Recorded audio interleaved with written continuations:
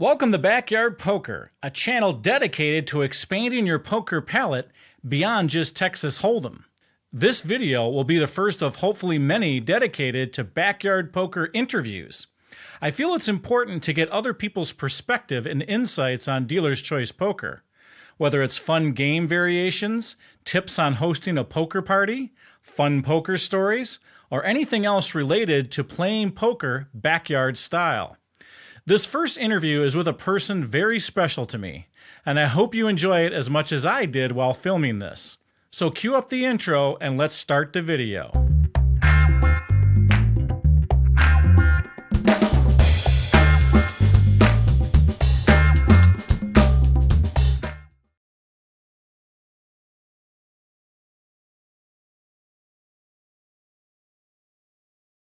Welcome everybody to BakYard Poker. This is my first interview out of what I hope will be many interviews, and I couldn't think of a better person to start off these interviews with my father, David, who also goes by Butch to his family and close friends.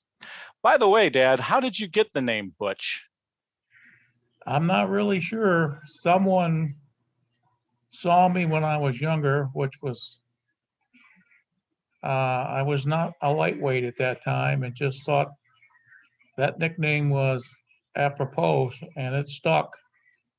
Is it because of what you look like here? Yeah. Okay, so I really appreciate you coming on here and being my first volunteer for the BakYard Poker channel. Just about everything I've learned about poker came from this man here. So I really appreciate you taking the time over the years to cultivate my poker interest. Let's start off, Dad, when you were growing up. How old were you when you started playing cards, and what type of games did you like to play? Well, I'm not sure exactly when I started playing cards. It was probably in the 1950s. I played children's games with cards, war, steal a pack, games like that. So I understood the rank of the cards. When I actually started playing cards for money was probably around the end of the 1950s. There was a game that a bunch of us in my neighborhood played called In Between, and we played for pennies. At that time, there was a 2-cent deposit on pop bottles, and so we would gather all the pop bottles we could, turn them in, and for the money we got, we gambled for pennies playing a game called In Between. Oh, that's great. What was it about these 52 little cards that interested you so much? That's a good question. I think it was, in my family, cards were something that we always played from as far back as I can remember. You name a game as I was growing up, and somebody in my family played it. So it was just natural for me to tag along and watch and then learn on my own as I grew up, and carried it with me my whole life. Yeah, same thing happened with me when you guys played. So after In Between, what was your first actual exposure to poker as I've been showing it on this BakYard channel? Okay, I don't remember the first game of poker I actually played with someone else, but I do remember the first game of poker I played where we gambled. Mm-hmm. It was in the middle 1960s. I was in high school. It was on New Year's Eve. My dad didn't want me out that night for obvious reasons. Mm-hmm. So we made a bargain that if I stayed home, I could have a poker game in the basement of our house, and he would provide the refreshments. So I invited a bunch of fellow classmates over and we had a poker game. Antes were about what you showed in your games, quarter, Okay. 50 cent. It was an interesting night. I found out one thing about poker players that night. They don't all play by the rules. The importance of house rules, huh? Well, they understood the house rules. They just didn't follow them. We had two different decks of cards with a different color back on each of them. And we found one card in one of the decks that did not match the other deck. So we knew somebody had used that card to help win whatever game we were playing. And word to the wise. There's always one person that likes to Yeah. bend the rules too much. Well, that's great. I never heard that one before. Okay, so as you in your late teens, you got drafted into the U.S. Army, and thank you for your service, by the way. Served over in Vietnam. Yes. And so here is, what is this picture showing right here, by the way? Well, my job in the Army was to take care of either sentry dogs or scout dogs that the Army used in Vietnam to detect the enemy. And I was responsible for general care, shots, anything like that. I prepared their food, just watched them over them generally for medical welfare, and that's what I was supposed to do. And I had anywhere from 10 to 200 dogs to look after. Wow. So it was good. It was good duty. I enjoyed it.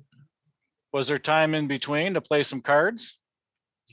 Oh yeah. I wasn't busy day and night, so there was time to play cards, usually right after payday, which was the first of the month. And usually, and many times, the first of the month was the only day I could play because I lost all the money that I had. What types of games were you playing over there?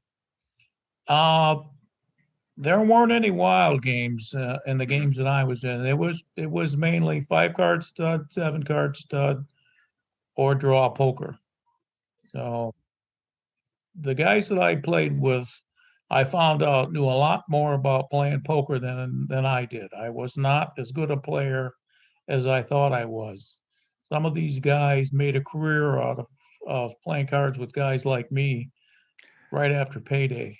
So Oh, I got a quick lesson on playing cards with some people I probably shouldn't have played with. The first 3 months that I played cards, like I said, on payday with these guys, I lost all the money that I got. I didn't get paid that much. Most of my money was sent home. Mhm. But on the 4th month of sitting down to play with these guys, I find out that sometimes even the best poker players lose because you can't. I guess what I'm saying is sometimes lady luck overcomes other people's ability to play cards. And I got really lucky and won all the money that I had lost the first 3 months that I played. And I don't think I played again after that with these guys. I played for lower stakes games with limits on how much the pot could be or how much the bets could be. And I found that to be more enjoyable than playing for stakes that were really beyond what I should have been playing. Yeah, that's one thing that I've noticed in games that I've played is that if you keep the stakes low, people are going to be able to play for longer. If you make them too high, you could wipe somebody out and they're not able to play for the rest of the night. Yeah, there are plenty of places you can go if you want to play higher stakes. Right.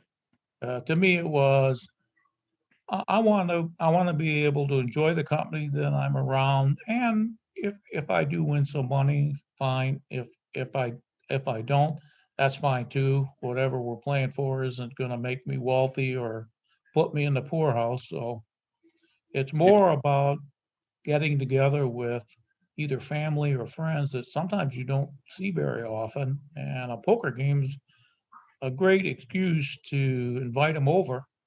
And through my life, especially after I got married, playing cards was virtually a ritual every weekend.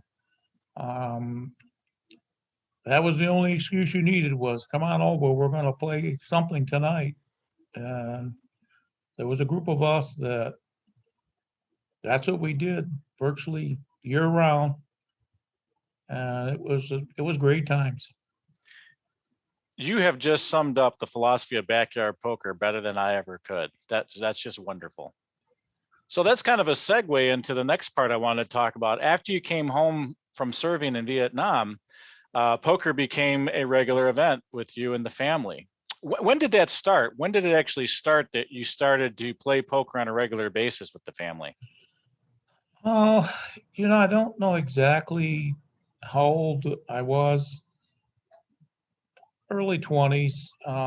If we had a family event, which we did, especially during the summer, 4th of July, Labor Day, something like that, we get together and eventually, as the day wore on, someone would mention about playing cards. And as you can see in this picture, there were plenty of people who were willing to sit down and play with you. Uh, on a regular basis, probably not until I was closer to 30 years old. I started bowling with my father in a league on Friday night, and that usually led into being invited back to his house along with other family members to sit down and play cards. So that's when it became kind of a regular thing. I remember those evenings with great fondness because as I described in my other poker videos, there was a lot of camaraderie, there was a lot of hooting and hollering, just a lot of fun times going on while you guys were playing, and it rubbed off on me a lot. And I experienced the same things when I have my poker games with my poker buddies. Yeah, and then in fact, after um, having so much fun playing with family members and friends, I decided that maybe it would be a good idea to host a poker party myself. And where I was employed during the Christmas holidays, they shut operations down, so I had the whole week off. And this is Michigan in the middle of winter. There aren't a whole lot of things to do. So I thought, since other guys are being on furlough just like I was, why not pick a day in the middle of that week and have a poker party? So that's what I did.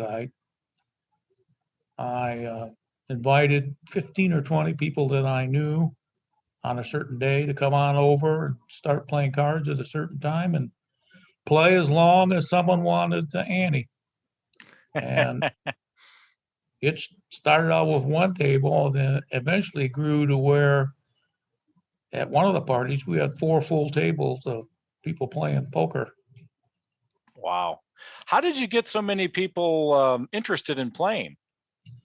Well, I I knew enough, and I had played with enough people that it wasn't a problem getting them to come over because I think they were like me. They were ready to do something to break up the week. So I invited more than I expected to show up, but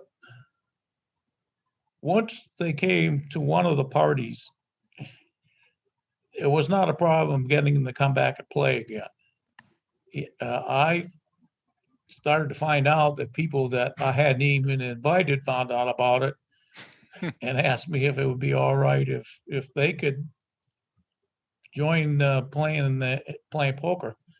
And some of them I said yes to, and some of them I didn't. I didn't want this to get into something where half the people who were playing I didn't even know that well. So I restricted it to a few people that I knew of them, but I didn't know a whole lot about them. And in fact, some of these people introduced me to games that I had never heard of before. So it was interesting. Speaking of games you haven't heard of, what were some of the most memorable games that you learned during these poker parties? Well, when we started, most of the games that we played were basic poker, draw, stud, 5 or 7. And then one of these guys that I invited, I knew a little bit about him. I knew he lived in the area. He introduced a game almost every time he dealt. He introduced a new game that I had never played before, and they were very interesting games too. I mean, some of the games were elbow, elevator, crisscross. I mean, it seemed like every time he dealt, we played a new game, and we played them more than once. So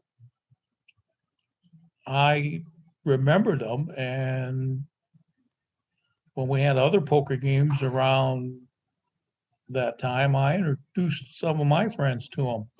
But I think my favorite game, and I'm not sure if he introduced this or someone else introduced this, was a game called Scoop. And then there's also another version called Super Scoop.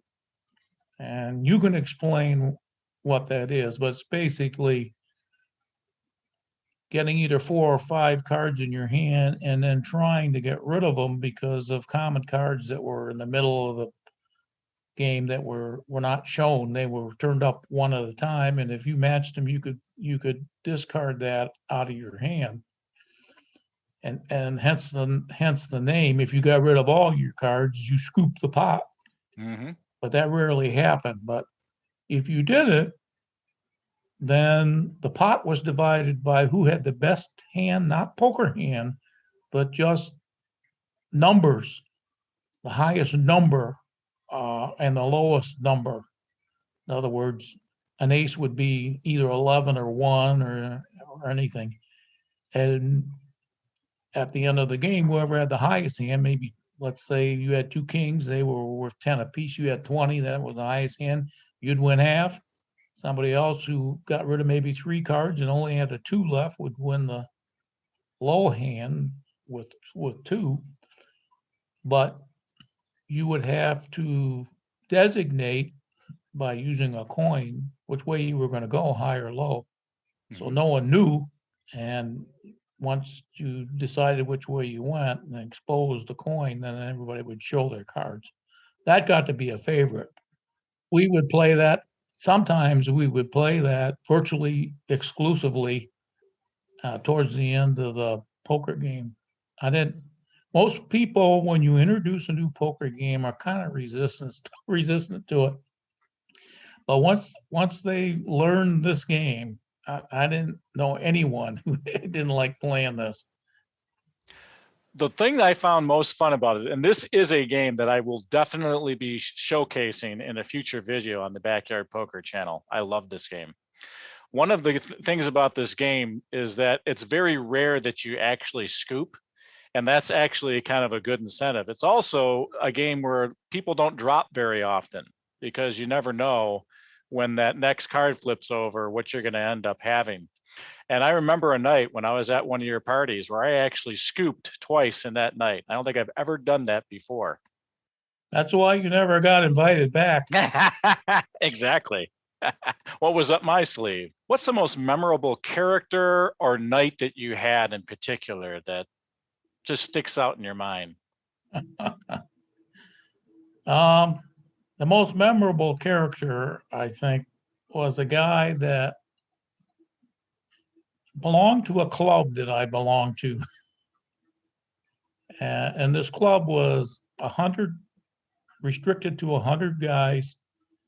And each year, towards the end of summer, we would have an outing that was held at some park. And it was an all-day affair. It was organized. This club had been developed after the Second World War, so it had been in business for operation for a long time. And it was a day of entertainment. You know, it was golf, horseshoes, volleyball, anything you wanted to eat and drink, sing-alongs. But as the day went on, usually after everyone had had enough to eat and some more than enough to drink, we would sit down and play cards. And you could play euchre if you wanted. You could play poker. You could gamble, throwing the dice. I didn't bother with that, but I usually sat down in a poker game, and it was some of the games you had to be invited in because these guys had played with each other for years and years and years, and that's who they like to play with. I attended these, and guys got to know me and know I like to play cards. They'd invite me to sit down and play poker with them. Well, this one guy who I got to know, he was hilarious, and he was hilarious. And he didn't even try to be hilarious, but I just loved talking to him, and I loved sitting at the game that he was in because he was so entertaining. And he kept his money in socks, so if he lost a certain amount of money, you'd find him reaching somewhere to pull out an old sock that he had money that, you know, for in reserve. And it was just a ball. I didn't really care if I won or lost. I was so entertained by not only him but the other guys in the game that it was worth it just to listen to them tell old war stories and talk about each other because they had been friends long times, and they knew exactly what to say to get each other going. So it was a pleasure just to sit there and play cards with these guys. I thoroughly enjoyed it. I would tell many people, you know, it was one of the best times during the year I ever had. And that's the Juggle Up Club, right? Yeah. One of the things that I talk about a lot in my backyard poker videos is the importance of house rules. It creates a level playing field that everybody understands that when they're playing poker and certain things arise, this is how you handle it. How important do you think house rules are, and what were some of your important house rules that you had at your poker parties? Oh, I think I always tried to go over house rules um, at the start of or before the start of playing, because the last thing you really want to have happen is have someone think they won a pot or split a pot and find out that they didn't because of a rule that you have playing cards at your place that they didn't know about. So I always, most of the people who played with me understood them because I had gone through them more than once. So there was no need to go through it. But over time, when you introduce new games, it's good to make sure everyone understands just exactly how the game is going to be played where at your place. And in fact, the last house rule I had was the final arbitrator in any dispute was me because we were playing at my house. I would be as fair as I could, but if something we had overlooked came up, then I decided who won or lost. And usually neither person would either win or lose. If that happened, I would just have them divide the money. I didn't want to have anyone go home with a sour taste in their mouth because of something they didn't know beforehand. It rarely does it happen, but it does come up, especially rank of hands. That is a great idea, and that is something I'm going to be using in future games. Absolutely. I've had occasions where that's happened, and I've had to be an arbiter. But to make it official like that is a really good idea for your house rules. Is there any other type of poker game variants that you really enjoy? Yeah, there aren't too many poker games that I don't like. Texas Hold'em is probably one that I have no interest in. I think there's a lot more enjoyment in other poker games. Texas Hold'em, you spend too much time not playing, Mm-hmm. and that's not the idea of having a poker game. I want everyone involved every hand. So, you name it, wild, not wild, whether it's truly an official poker game, doesn't matter. Yeah, the competition, that's all that matters. If it's something I have played, I'm more than happy to be introduced to a new game. There aren't many games that now that I have played before, but anything's fair game with me. That's the whole point. Okay, so one of the things that I know a lot of people may be interested in, especially if they're just learning this backyard style poker for the first time, and they want to host a party, what's some good tips you can give for people to have a successful home poker party? Well, I like I'd like to give them plenty of advance notice about what I was going to do, all the particulars, when, how much it was going to be, when I was going to start, whether you were expected to bring something or not, and usually I would just tell them, bring whatever you want to drink.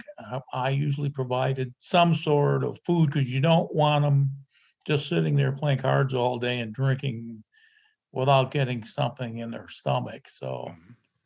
and I usually selected people to invite that I knew were, you know, guys that enjoyed doing this sort of thing. They were good people. They weren't there just to try and see how much money they could win off of somebody else, even though some people did show up that way, but that was okay. They didn't get invited back. Mhm. It was really a chance for me to see some people that I hadn't seen probably for a year or so, including family members. Mhm. They would come to this because they were in the same situation I was. They had a day off or a week off, looking for something to do, and here was a good time to get together and socialize while you're playing cards. A lot of people can't just sit down and talk to other people for hours on end. But if they have a poker game going on while they're doing that, you'd be surprised how good some of the conversations are. So that's what I tried to do. I tried to make it a relaxing, fun afternoon or evening with guys that I wanted around me and who also knew each other, and introduce some people that they didn't know. So, and some of them, after I started having poker parties themselves, and I got invited to their parties too. So I just planted the seed in some people, and they responded by coming to mine and having poker parties of their own. That's beautiful. That's exactly what I try to do with this social aspect of the game. Everybody should be having fun. Don't take it too seriously. The camaraderie is really good. You play a game, and in between it, you socialize. It's just a perfect mix for me for a guy's night out. Okay, so specifically on my backyard poker channel, what's your opinion of it so far? Oh, you've done a great job. I forget because played poker my whole life, what it would be like if it was a game that I had absolutely no knowledge of.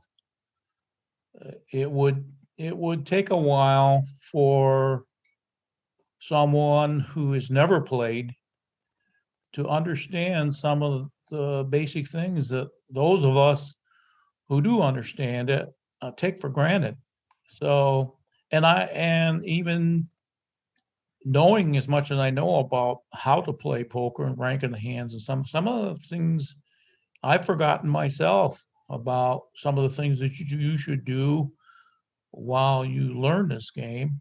So, it was worth my while to watch, even though, I have a pretty good understanding on what it means to play poker.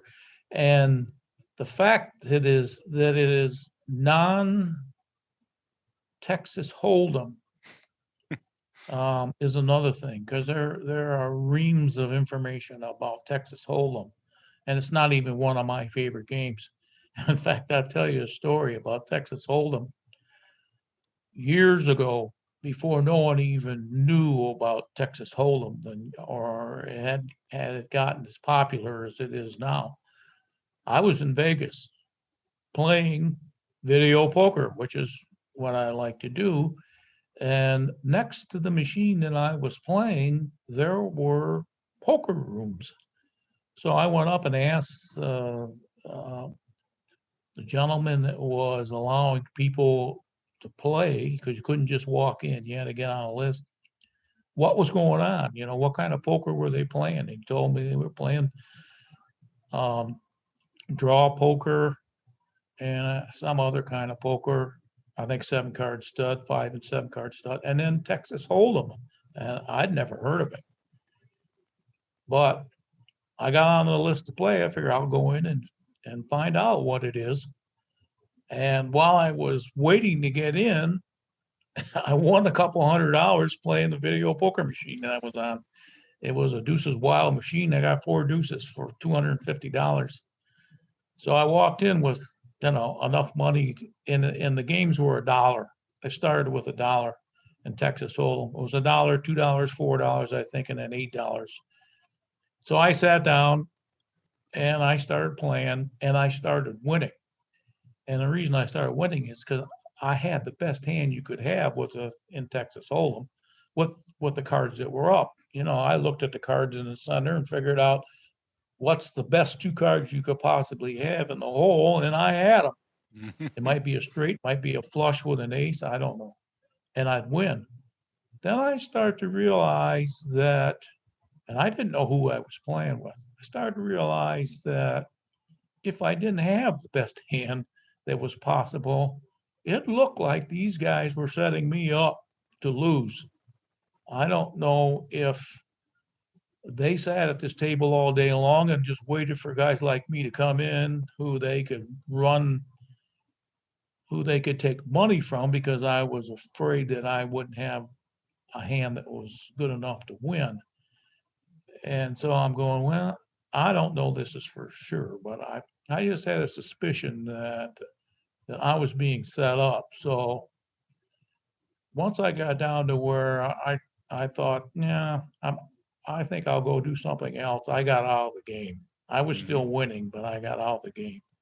So that's how I got introduced to Texas Hold'em. I found out how cutthroat a game that can be if you don't know what you're doing. And other than knowing the rank of the hands, I was probably in over my head. Yes. Texas Hold'em, like you mentioned, there's just so much information on it, and it's practically a science now and requires so much effort that it doesn't really fit well with the social aspect that I talk about in my channel. I have nothing against it, and I'll play it once in a while, but it's not my favorite. My favorite is like you've already mentioned, the social aspect and cards, a little bit of gambling, a little bit of drinking, having food, the whole atmosphere. Sometimes I think Hold'em takes itself too serious, or the people take it too serious, and it becomes something different than that. Yeah, I noticed on your poker table too, you have that fake spilled beer can. Mm-hmm. I would have, had I known about those, I would have had one of those. And it's a Paps no less, because those Yeah, are right. fond memories Which of was the. very popular back then. Mhm. I was trying to get the backyard effect, quote unquote, on the table. That's why you see a lot of that Yeah. riffraff on there. Okay, so we're at the end here. So what I'd like to do, Dad, is just I want you to be able to talk about anything that you want. I want you to be able to close this interview by saying anything you want on poker, on life, on anything. Just feel free to speak what you want. It would probably be better for me to come back in a half an hour, but so I have a chance to think on this. But I will say, in the course of my life, poker, in some cases, it's been an excuse, and in other cases, it's been deliberate, has played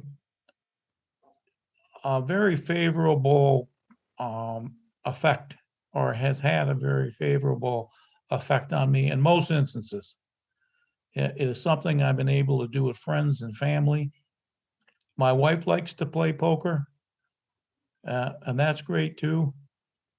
So learning how to do this is just like learning how to do anything else. Golf, skiing, any kind of activity that you enjoy. You, after a while, you meet like-minded people who like to do the same things that you like to do. You develop relationships with them that, in my case, have lasted a lifetime. Poker wasn't the main thing, but it was one thing that we could enjoy together. That never changed. It was something you could do any time of the day or night with one person or 50. So it's a very convenient way to socialize with other people. And I highly recommend that someone who's watching these episodes see it through to the end, and then find some people that you know and have a poker party, or get yourself invited to one, just for the experience, and you will understand why those of us that have done this enjoy it so much. Those are beautiful words. Thank you. So I want to thank you for taking the time, Dad, for doing this interview. This was wonderful. You have related items to me I've not heard before, and you have given me even more information and different perspectives on poker that I haven't realized before. So thank you so much for taking the time. My pleasure. I hope you enjoyed this video as much as I did. My dad definitely knows his way around a poker table, and I think he provided a lot of good information and entertainment. If you're new to poker in this channel and want to learn how to play dealer's choice home poker backyard style, check out my poker basics links at the end of this video and in the description below. If you're interested in being interviewed, shoot me an email at bakyard@bakyardsoft.com. That's BAKYARD. So shoot me that email and let's chat. So thank you for watching, and we'll see you in the next video. Start this. Did you include a blooper on one of yours? A what? A blooper at the end of Yes. Yeah, where I didn't put the enough cards out there. put a straight when there wasn't one. Yeah. I like I'm getting through this and I'm like, wait a minute, I only got 6 cards here. Okay, well, that's a good icebreaker.